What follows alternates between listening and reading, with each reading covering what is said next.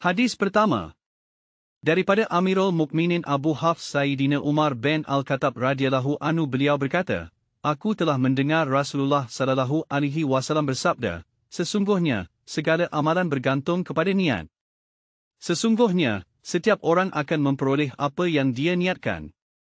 Maka sesiapa yang berhijrah semata-mata kerana Allah dan Rasul-Nya, hijrahnya adalah kepada Allah dan Rasul-Nya. Sesiapa yang berhijrah kerana habuan dunia yang hendak diperoleh atau kerana wanita yang hendak dikahwininya, maka hijrahnya dikira mengikut apa yang dia niatkan.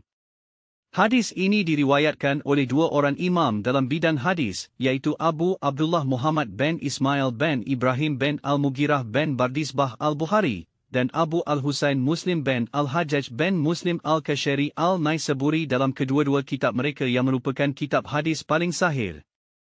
Pengajaran hadis. 1. Niat membezakan antara ibadah dengan adat. Sesuatu kebiasaan yang dilakukan seperti makan dan minum, menuntut ilmu boleh menjadi ibadah dan mendapat pahala daripada Allah Ta'ala sekiranya dilakukan dengan niat untuk mendapat keredaannya.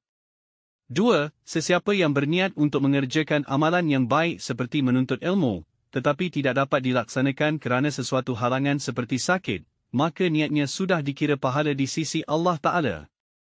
3. Penghijrahan sikap dan tindakan merupakan faktor utama kejayaan seseorang dalam apa jua lapangan yang diceburi.